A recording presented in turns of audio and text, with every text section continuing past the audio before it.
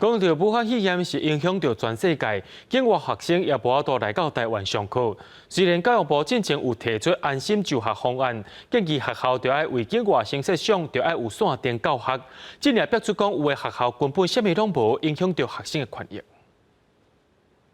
全球疫情有关是真严重，教育部原本针对无法度入境的境外学生，有推出安心就学方案，建议学校提供远距离教学。或者境外生会使伫家己的母国学习。不过，境外生权益小组指出，安心就学方案是无强制性，嘛是有学校无提供完整的服务。其实就是说，他现在法规中安心就学对远距教学只提了一句话嘛，只是说了一个请学校提供。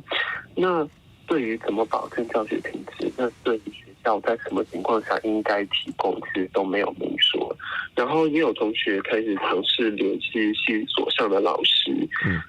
但是学校给的回应，目前我们接到几个个案都是相对强硬的，都是只告知他们不开设，然后让他们自己选择，要么是休学，要么是延后入学一学期。教育部今日回应，讲教育部伫109年2月就要求学校爱提供远距离教学。学校若是无法度提供境外生适当的协助，就会减少学校境外生的招生数量，